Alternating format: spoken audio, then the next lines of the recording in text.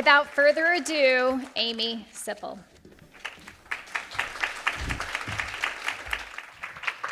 Thank you so much. Delighted to be with you today.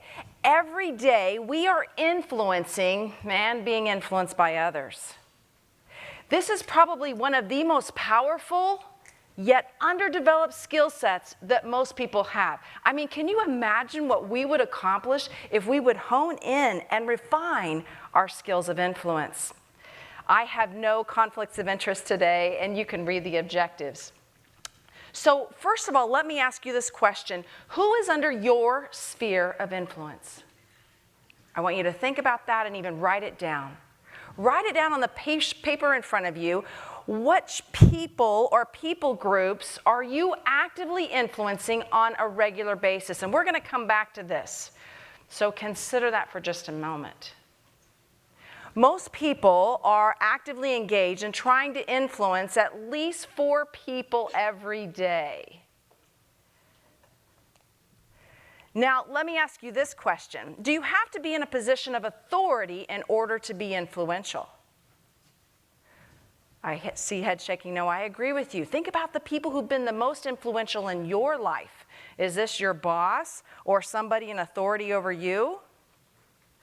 I would say influence makes the position. The authority of your influence should far exceed the authority of your position. Now I want you to ask you another very important question, and I want you to write this down too. Who has had the biggest influence on your life? Write that name or those names down, and we're going to come back to it. And as you're considering this, I want to tell you about my own personal story with that. A sweet little old lady that looked a lot like this woman in the town that I grew up in was just a lovely person. You could tell she just cared about people. My mother went to her for advice on marriage and parenting. And then when I became a young woman, I actually drove back to my small little town to sit at her feet and glean wisdom. She's somebody who cared about me. She wanted what was best for me. She's not competing with me. And I trusted her. She was very influential in my life. Think about the people who have been influential in your life, and we're going to come back to that again. Now, John Maxwell said, leadership is not about titles, positions, and flowcharts. It's about one life influencing another. Influence is leadership, and leadership is responsibility. Now, if we're going to become proficient in influencing others, we must ask ourselves this important question: what is your motive? Look back at that list of people that you said that you are actively influencing or trying to influence and ask yourself, why do I want to lead or influence or motivate this person? Is it just for my own gain, or is it for theirs?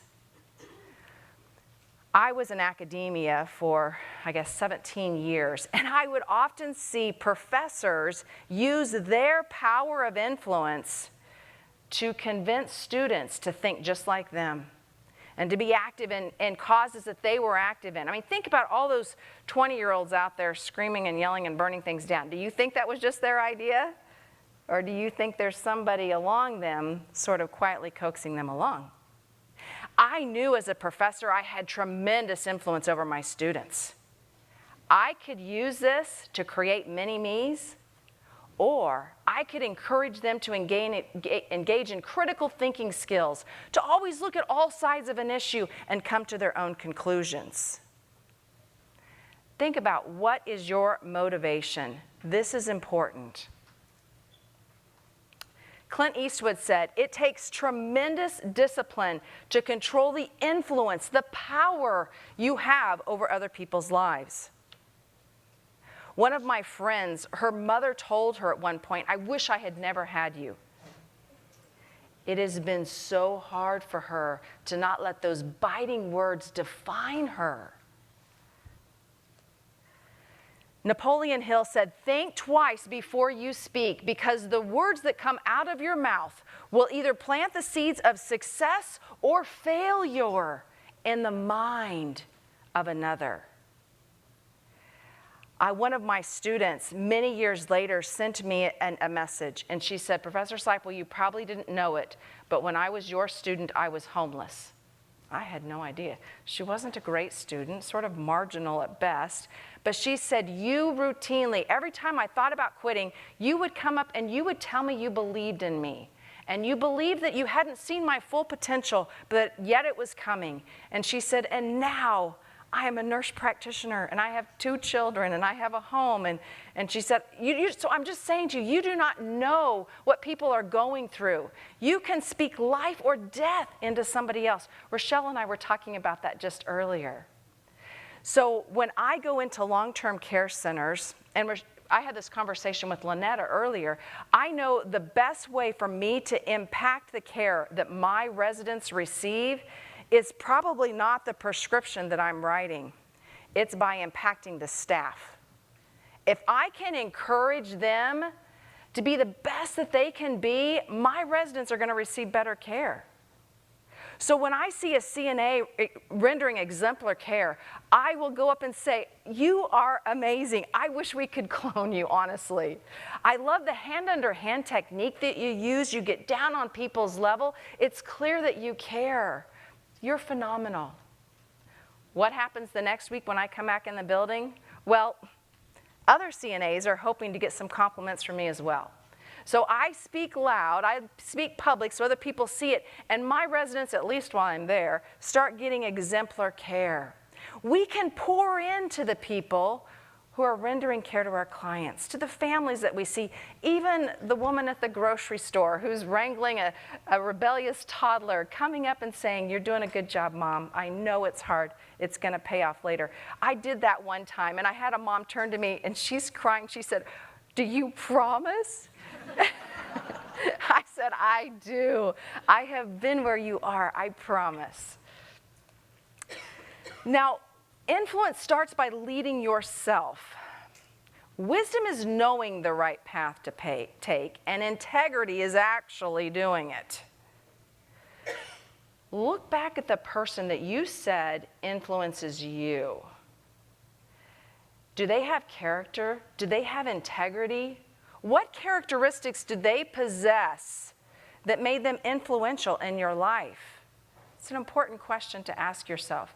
Personally, I am not going to take financial advice from broke people or advice on parenting from people whose kids are sort of a disaster.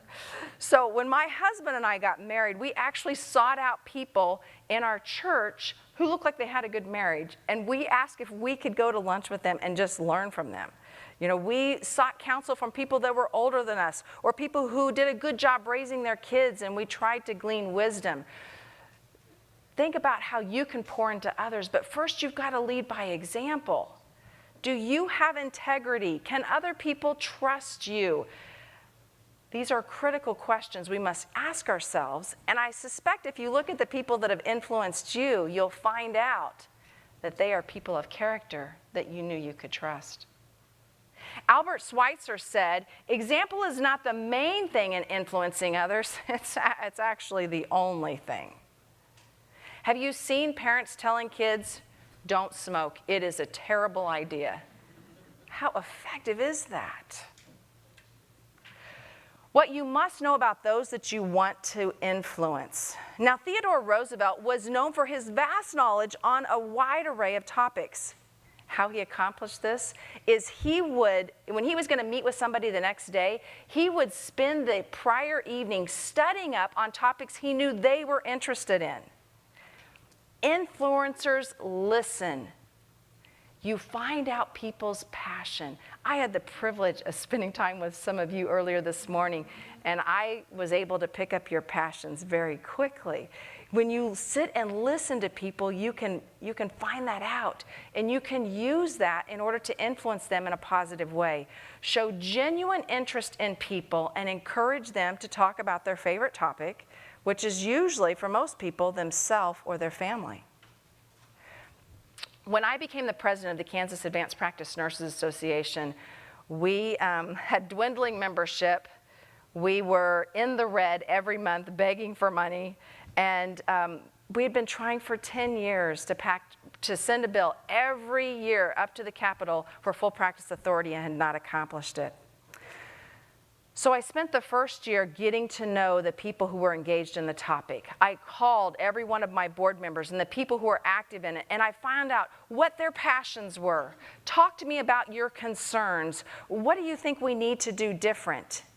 And from that, we formed committees and committee chairs for those people who are most passionate about that topic. Then we would have meetings. I would recognize those individuals and what they were doing, and you know what happened? They worked harder. We also needed to know if we were going to try to influence legislators to get this full practice authority passed, we needed to know who we were working with.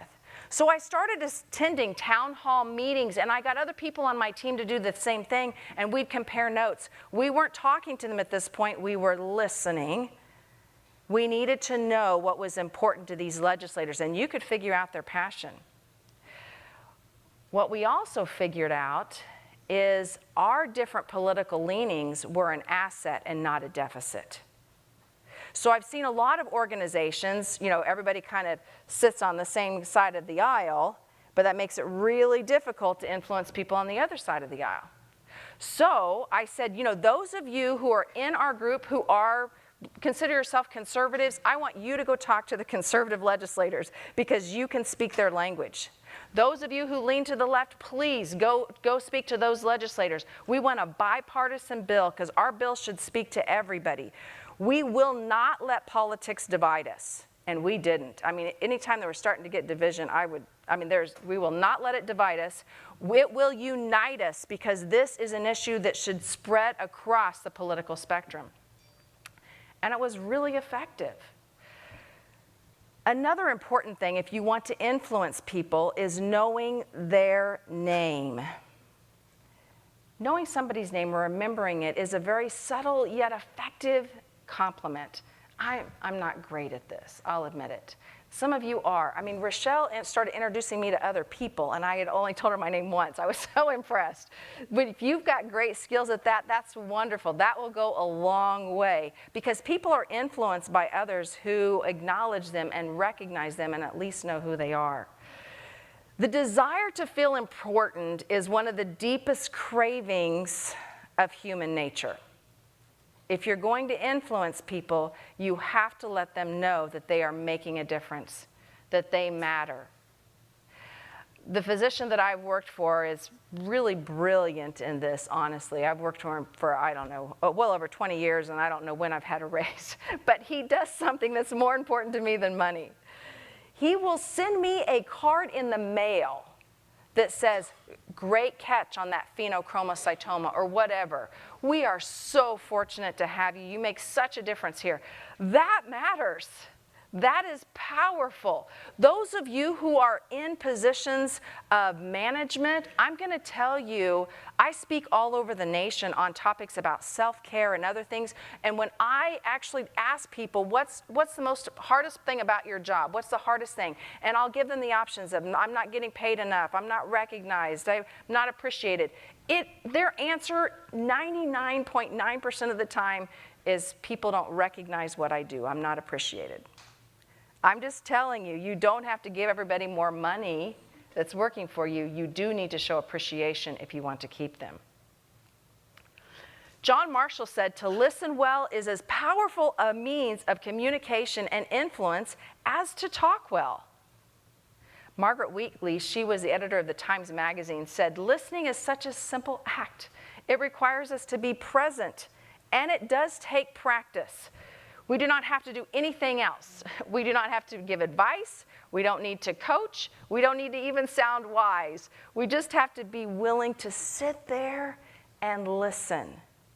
And listen to understand, not listen to respond. Not thinking about your own story at that time, but listening to really understand the passion of the person that you're talking to. A couple years ago, I was at a conference, and it was between sessions where I was speaking, and I sat down and I was talking to this lady, and I intentionally decided I'm not going to tell her anything about myself unless she asks. So we talked, and I really enjoyed talking with her. I talked to her for probably, I don't know, maybe 45 minutes or so. And then she got up to leave. She said, "You are such a fascinating person." And she didn't know one thing about me. But, you know, it's interesting. It's really interesting how people perceive that. She was the fascinating person, and she loved that I was interested in her. Okay, application. So when conversing, aim to do 25% of the talking and 75% of the listening. Listen attentively and ask powerful questions.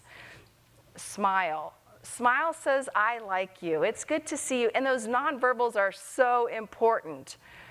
Try to learn something new about the person that you're conversing with. This will encourage you to stay attentive. Avoid the temptation to one-up people. Oh, you see this all the time, don't you? If you want friends, let your friends excel you. If you want enemies, then you excel your friends. So if I say to you, "Hey, I just got a new Honda Accord. I'm so excited about it." And you say to me, "Oh, really? I got a BMW last week. You should see that car's interior." I mean, how do I feel about my Honda Accord now? You know, I didn't need to hear about your BMW. I was trying to tell you something I was excited about, but we see this temptation all the time. Now, when we were raising our kids, we wanted our kids to be powerful communicators because we knew it would give them an incredible edge in life.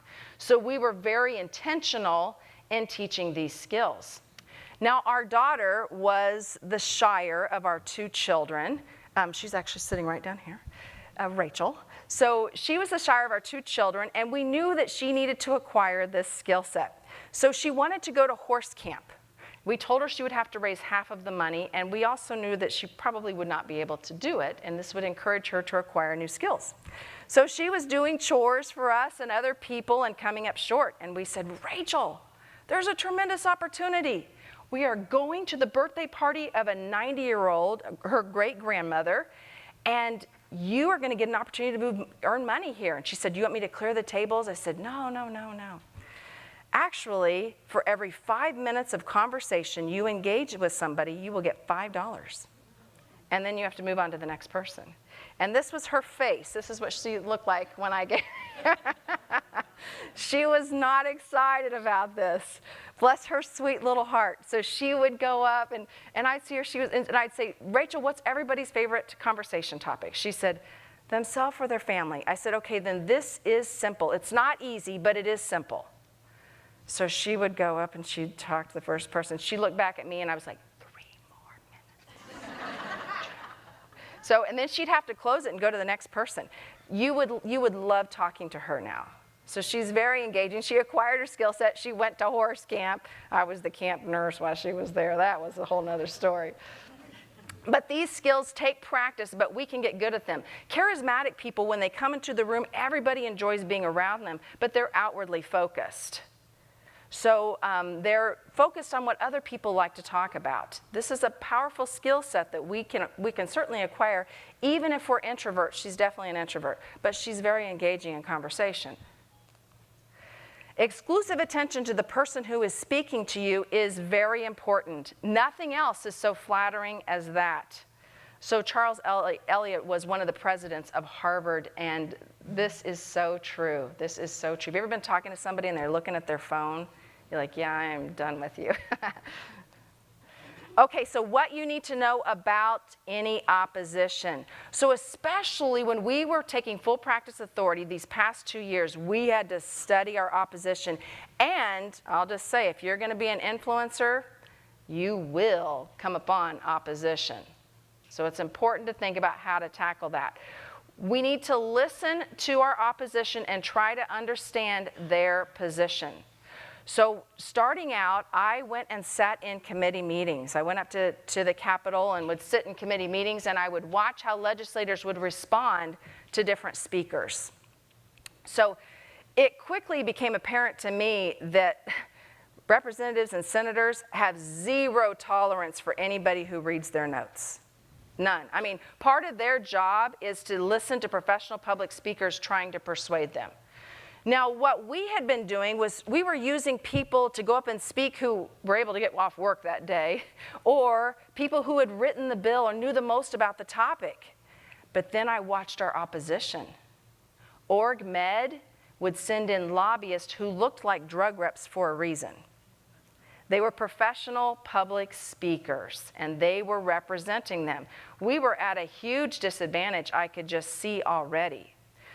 And then last year, whenever we brought the bill forward, we had the option of presenting virtually. Well, that was a lot easier for all of us because we're all working, we're all volunteering, but you know what? Org Med showed up in person.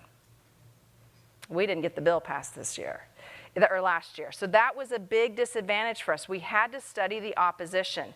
I also really looked at who they had influence over, who Org Med had influence over. The majority of the legislators were with us. They wanted increased access to care. There's a big shortage of healthcare providers in Kansas, like I'm sure there are in most of your states. This issue resonated with them and their constituents.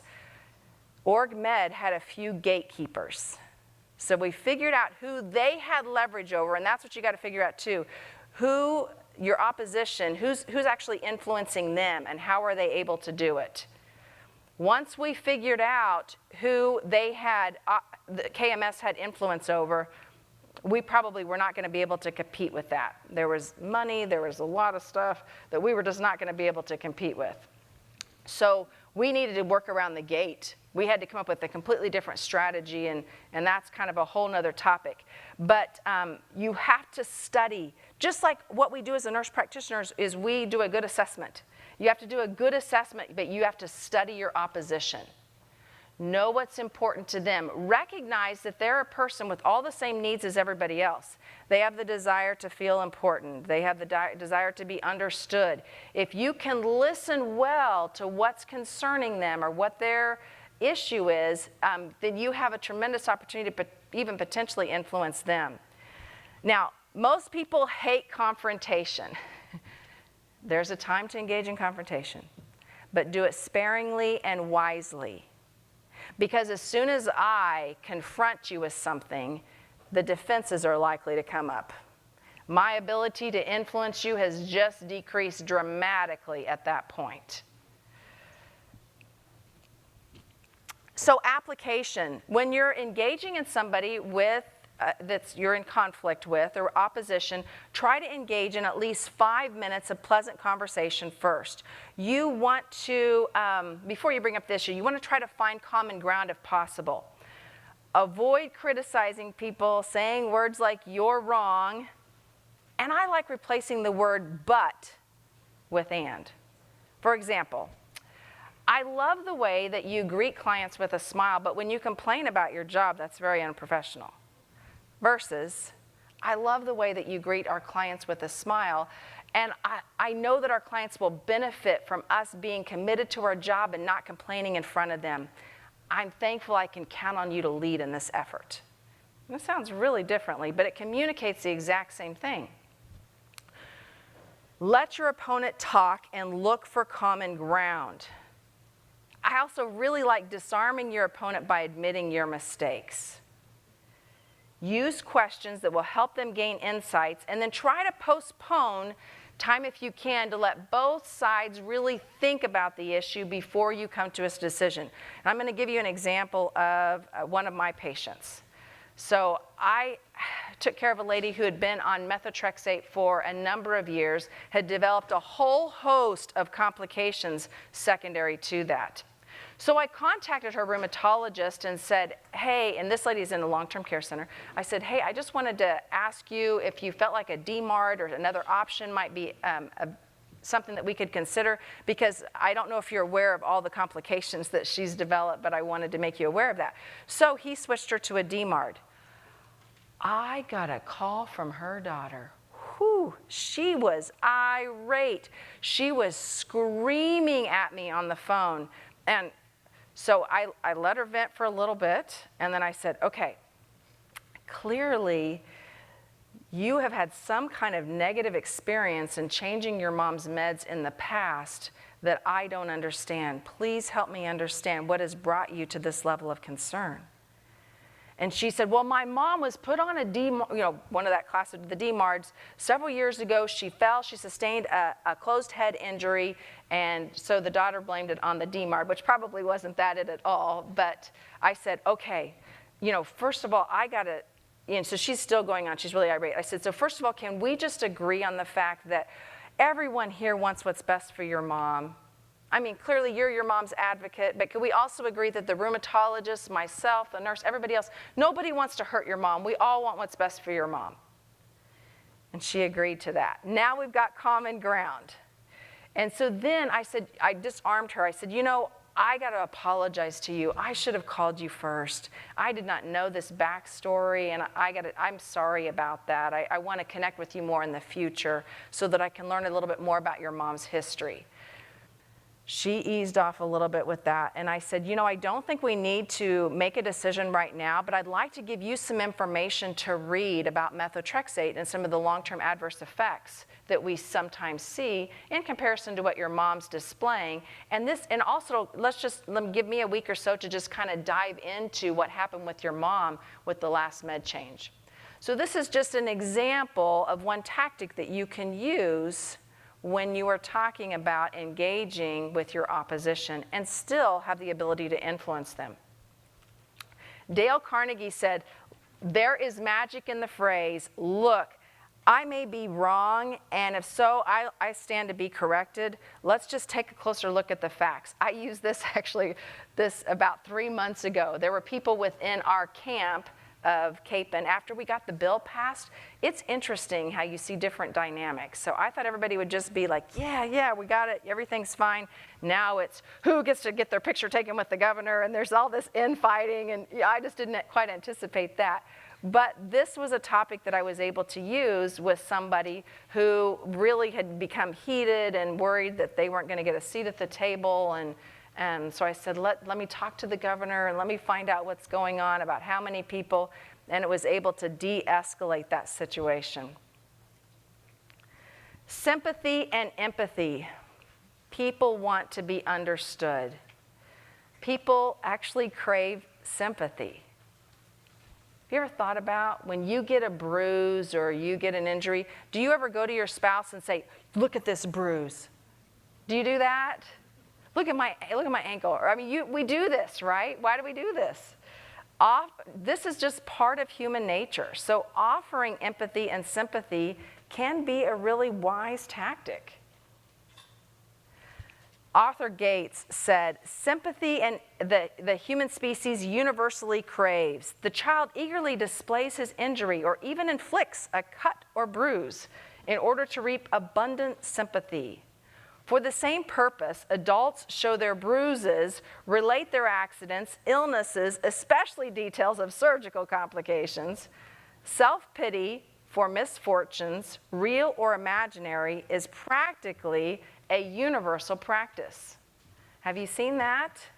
So think about that with the folks that you're working with your patients. They are looking for your empathy as well as the staff. So some practical applications. I understand this is challenging. If I were in your position, I'm sure I would feel the same way that you do. I can't imagine how hard this must be. I'm so sorry. Now, I don't use sorry as much as I used to. One of the challenges I found with that word is when I say to people, I'm so sorry, they'll say, oh, it's not your fault. Well, I know it's not my fault. I didn't want to make it about me, but that's a lot of times what happens. So I've got a new phrase that I really like.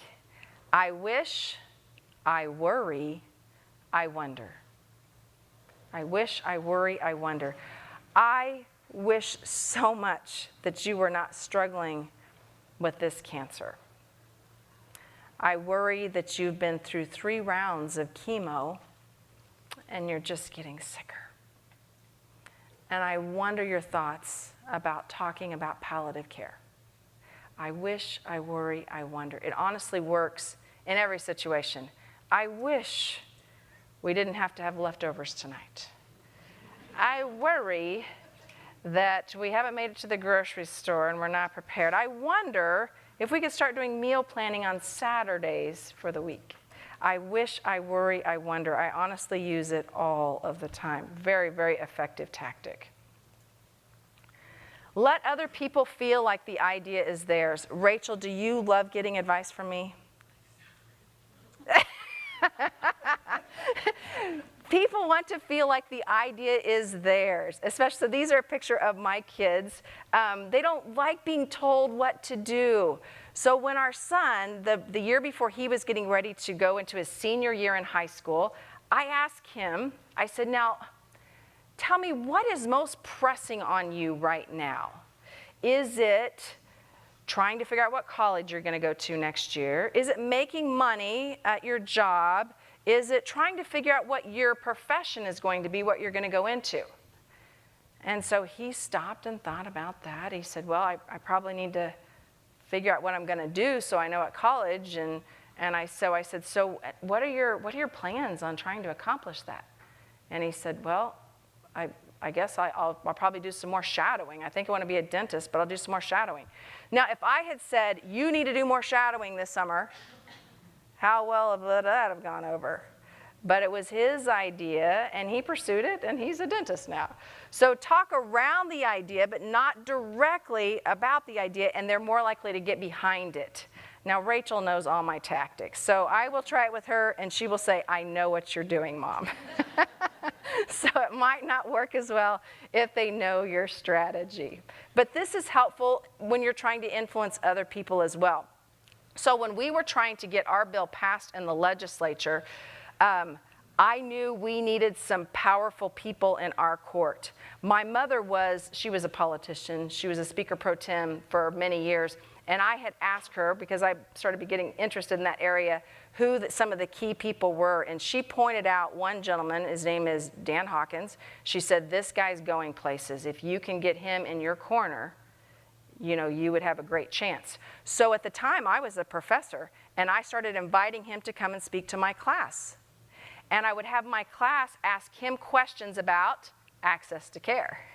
And so the class would be about access to care and engaging with the politicians. I was teaching advanced principles of aging, and then I would throw in a lot of my own questions too about, how can you accomplish this when you have so few providers? What could you do? And so he became our hero. So this last year when we passed the bill, he was the majority leader of the House, and next year he'll be the Speaker of the House. So in finding people that are going to be moving up into positions that you need to influence are important, and then gaining a relationship with them, it takes time, but planting questions, powerful questions. Once they get behind the idea, I am telling you, you are in good shape. Power is a tool, influence is a skill. One is a fist, the other is a fingertip. Professors do this a lot too. We ask, students will ask us a question, and we ask them back a question.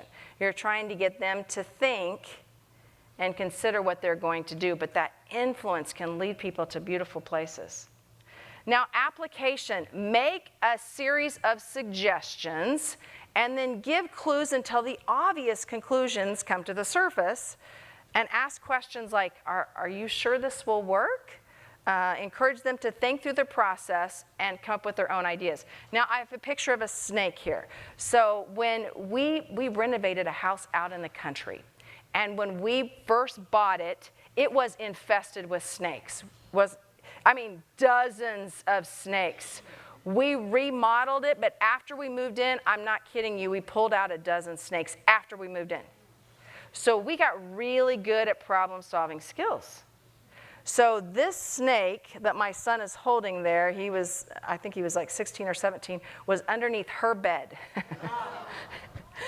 Underneath her bed when she was about 12 years old. She woke up in the middle of the night and found it there. So we had lots of problem-solving skills with snakes. Well, the last snake encounter that we had, they're gone now. Thank the dear Lord, they're gone. The last snake encounter we had, Rachel and I were getting ready to go play basketball. And she went out to the garage first, and I heard her scream, and I thought, oh, it's a snake. I just know it's a snake. I went out there. There is a snake around her basketball. And she's about 12, I think, probably 12 or 13. And she said, Mom, what are we going to do? Nathan's gone. He was already in college. Dad's at the fire station. It's just her. And I said, we're going to figure it out. We're going to figure it out. And so she's like, well, what are we going to do? And I said, okay, so what are our options here? What are our options? Because, of course, my husband and my son would just grab him by the head. I'm not quite there. I pulled a snake out of my chicken coop last week. I'm getting stronger, but exposure therapy helps. But I still can't quite grab him. I'm not that tough.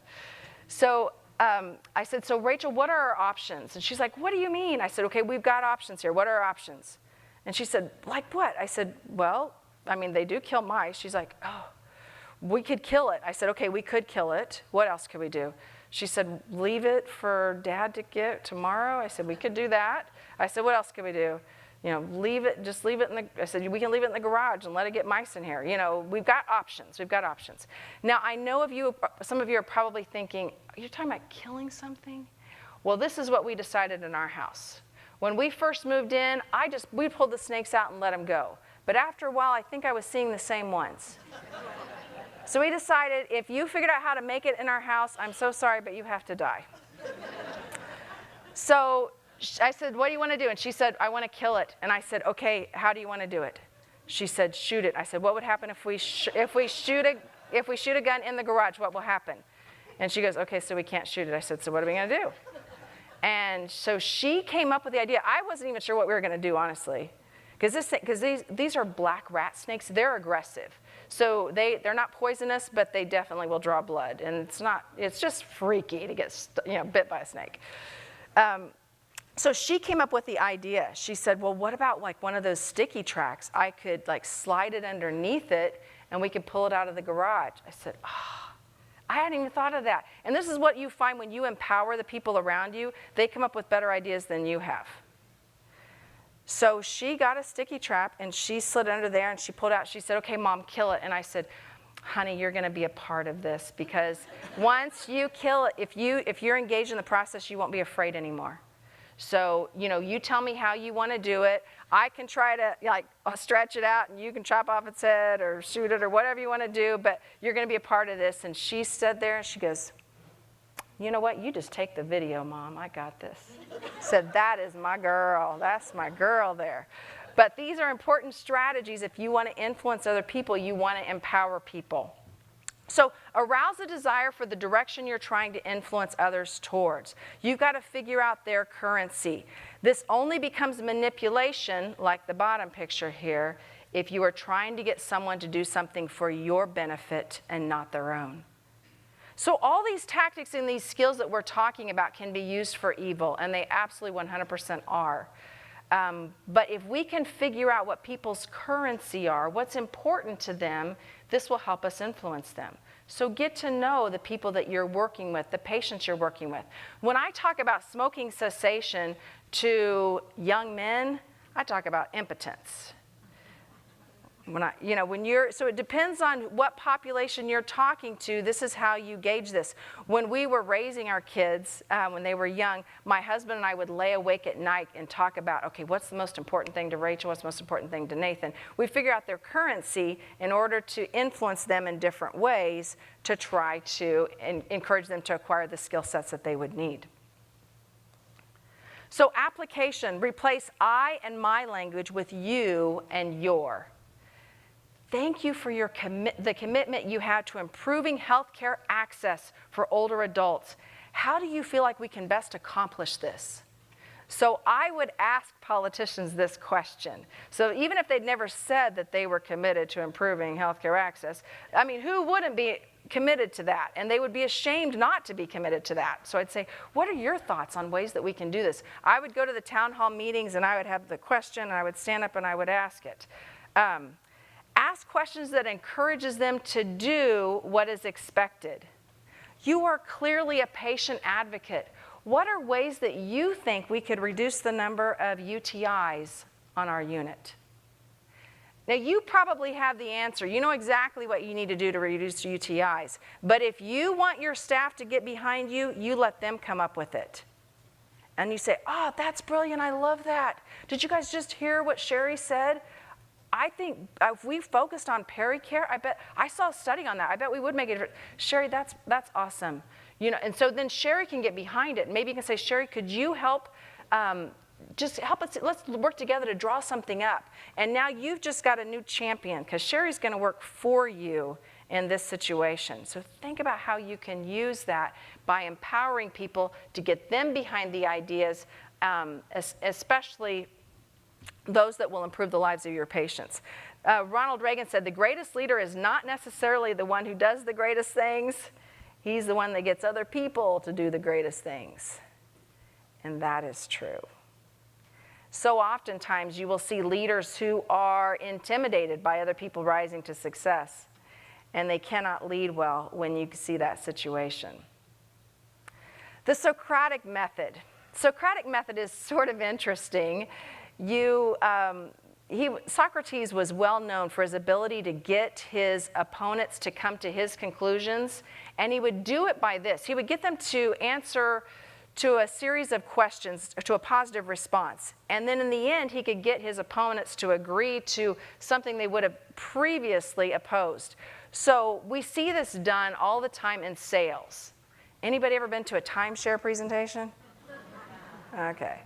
So like Branson or some of those places, and they'll say, who in here is tired of paying high hotel prices? Raise your hand or say yes. Who in here likes owning your own property? Raise your hand. I mean, this is very effective.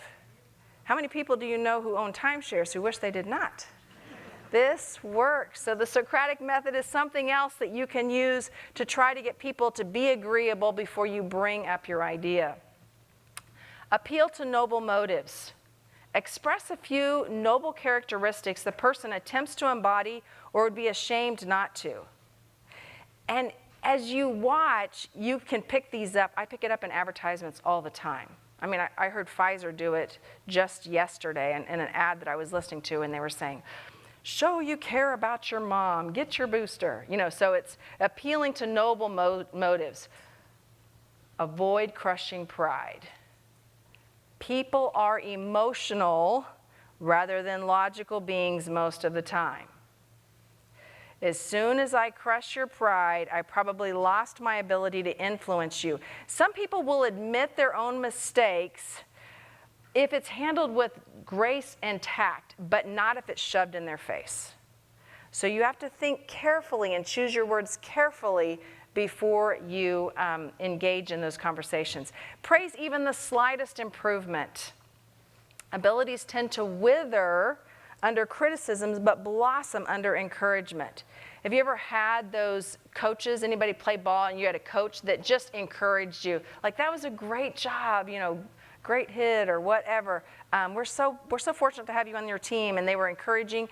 Think about how much harder you worked versus coaches that you knew you couldn't please. You never did anything right. You're constantly criticized, and ultimately you may have left or just quit that sport altogether. Application. I appreciate your commitment to improving healthcare access to citizens across our state. I really like this next one, and I use this. I really admire that you're always willing to pay attention to the facts and change your mind when the evidence requires it. I would say that too when I would have conversations with politicians. This was another thing that we figured out when we were engaging in the political spectrum. Anybody trying to get full practice authority passed in your state? Okay, I would be happy to talk to you more about that, and I'll give you a way to contact me. I'm not saying I've got all the answers. I can just tell you all the things we tried, what worked, and what did not. But we found our public speakers. So we had some public speakers in our group, and we would prep them and send them in to talk to key people. And we would have some of these kind of powerful questions to try to get them on our team. And that was really helpful, appealing to noble motives. I actually had a politician say to me one time, well, the medical society has a lot of money, and, they do a lot for politicians. And I said, we don't have any money, and I'm not going to wear a short skirt. My question is for you, are you going to do what's right because it's right? And he's like, well, there's that. I said, yes. I like the last one too. I know you're a diligent worker, so I'm surprised to hear that your homework wasn't turned in. So I'm just saying that these tactics can work in every area of your life, your professional life as well as your personal life, thinking about ways that you can positively influence others. Compliments. When you compliment someone, be sincere, be specific, be public, and be personal. When I say to Rachel, I'm so proud of you, she always says, for what? Yes. She wants to know exactly what I'm proud of her for. I try not to talk about her appearance, athletics, academics. Try to talk about her character. But when you give a compliment, be specific and be public about that. Mark Twain said, I can live for 2 months on a good compliment. Think about how you can encourage people just by using kind words and recognizing them. It is so powerful, the influence you will have. Now, as I talked about before, this can be used for evil. When I was first writing this speech, this was probably, 6 or 7 years ago, I was on a train. And I was in the observation car, and I was writing this speech. And there were several young adolescent boys in the observation car as well, adolescent and pre-adolescent. And I saw a man come in, and he was in his 30s or so, and he just looked like a cool guy. And he sits down among these young adolescents, and he's actually doing everything I'm writing about. And I thought, wow, this guy's good. I just stopped and I'm just listening. So this is like an example of everything I'm getting ready to talk about. And he is very good with compliments. He's really focused in on the youngest boy that's there and just very attentive, listening well, encouraging. And I thought, so he must be like a coach or a Boy Scout leader or youth pastor or something. This guy's really got some skills. And I noticed that he never told the boys anything about himself. But he asked powerful questions, and the boys were very engaged. Then I figured out what his motive was.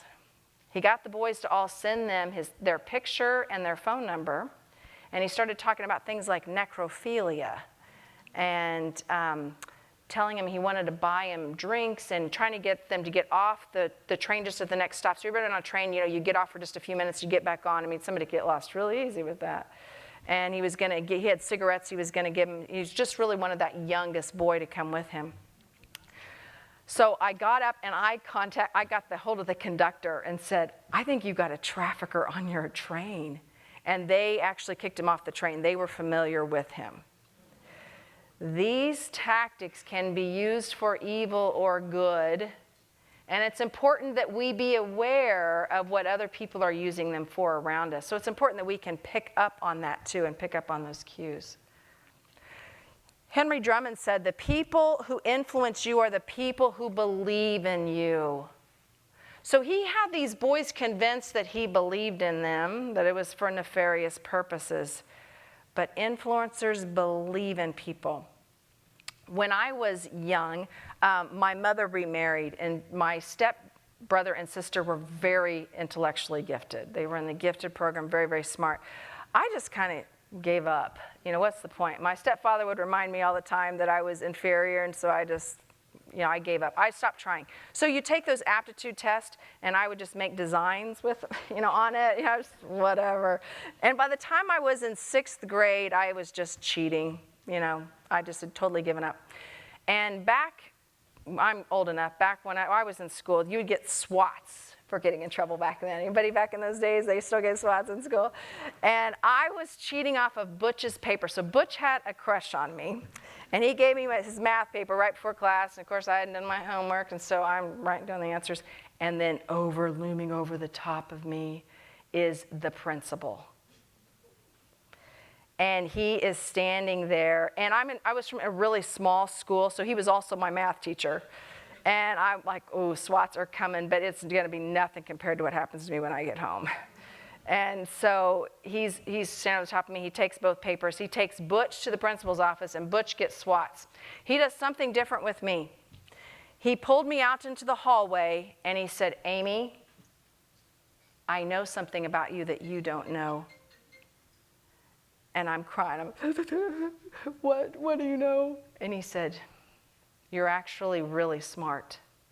If you ever figure that out, there will be no stopping you. That's all he said, and he walked off. I will never forget that moment for the rest of my life. He was the first adult male who believed in me, the first one. I got straight A's the rest of my life after that. And he didn't know it because he went on to another school. That was powerful. He believed in me. He spoke life into me. So I'm saying when you're thinking about influencing other people, you don't have to have a long, extending, even relationship with them. The power of your words are huge. And all of you are in positions where you can have dramatic influences over other people's life. And you can use it for good or you can use it for evil. Here are some just other things that we can use to build on our influencing skills. And these are some of the nonverbals. Mirroring.